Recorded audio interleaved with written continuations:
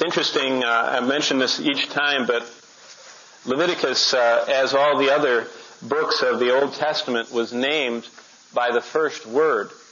It wasn't until the Septuagint and then later on in the Latin Vulgate that we got these new names that we have now. The first word of Leviticus is Wayarika, or Wayika, and it means, and he called, and it's God was calling. In fact, there's a New Age book that's a bestseller by that title. It's called God Calling. And it's got a lot of Christian material in it, but it's really not a Christian book. But God really is calling. And He's calling us specifically in this book to, number one, realize what the atonement was all about. And number two, to live a life of holiness.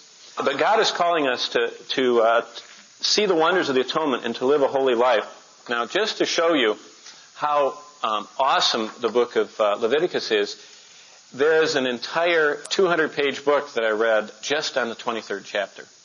How do you like that? The 23rd chapter of Leviticus is so full of significance. This is just, as always, a survey. But let's start.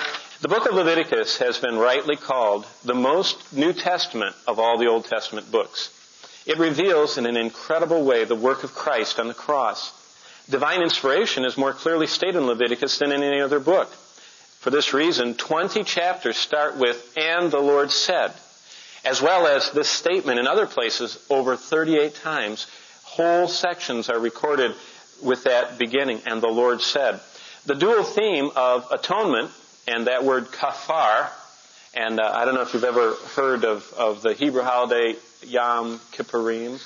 That's really the day of the covering, or kaphar, or the atonement.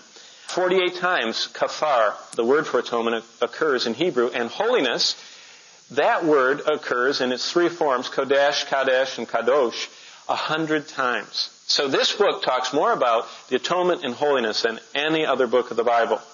The atonement of the Old Testament sacrifices was a kaphar. Now, to give you a little idea, look at Genesis 6, and I'll show you. Verse 14, "And kaphar it inside and out with pitch." That's the word for the atonement, kaphar. Now, here's what it is. Kaphar means to paint on or to cover.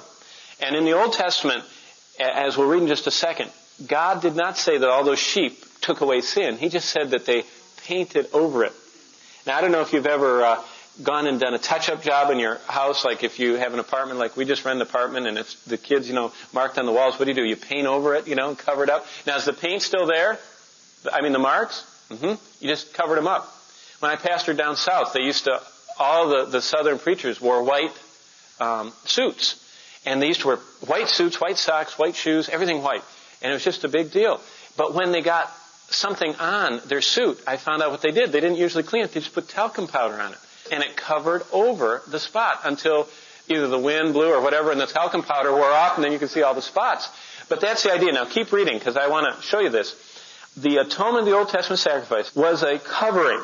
They were not removing sins. Now, Hebrews 10:4, and I'll read it to you, talks about that. And we're not speculating. This was God's purpose. And it says in Hebrews 10:4, "It is not possible that the blood of bulls and goats could take away sin. Only," and I'm continuing to read, "the coming one could offer a perfect sacrifice for sin." And this is what it says in verse 15 of chapter 9. "And for this reason, he is the mediator of the new covenant by means of death for the redemption of the transgressions under the first covenant." What was the first covenant? The old covenant. They were still there. They were just kind of painted over, but they were still rusting away underneath there. "That those who are called may receive the promise of eternal inheritance." Now that's why, and I want to show you something else. Look at the last, if you're in Hebrews, the last verse of chapter 11 says something staggering. After this whole long deal in Hebrews about these heroes of the faith, look what the last verse says. A lot of people just kind of blip right over this. They don't even think about it. The last verse of Hebrews 11 says, "God having provided something better for us, that they should not be made perfect apart from us." You see, David and Daniel and Moses and Elijah and Enoch and everybody else didn't get anything until we, in the time of the New Testament, we were perfected by the sacrifice of Christ. They were not perfected. That's why they stayed. They didn't go to heaven. Did you know that? They didn't go to heaven.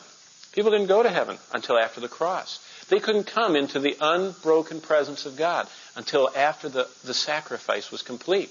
They went to a great place. They went to a place where it was of bliss, paradise it's called, the paradise of God. But they didn't get to go to heaven. And because of that, Christ, when his sacrifice was finished, went down and took them with him. That's why he said to the thief, today you'll be with me where? Because Christ went there.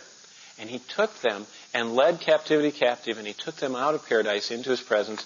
And on the way, he proclaimed to all those who were in the bad side, the fire side of which Luke 16 talks about, he proclaimed to them his victory. He also proclaimed it to the angels that were in chains, Jude tells us about. Well, we won't get into Jude till we get to Jude, but that's very interesting.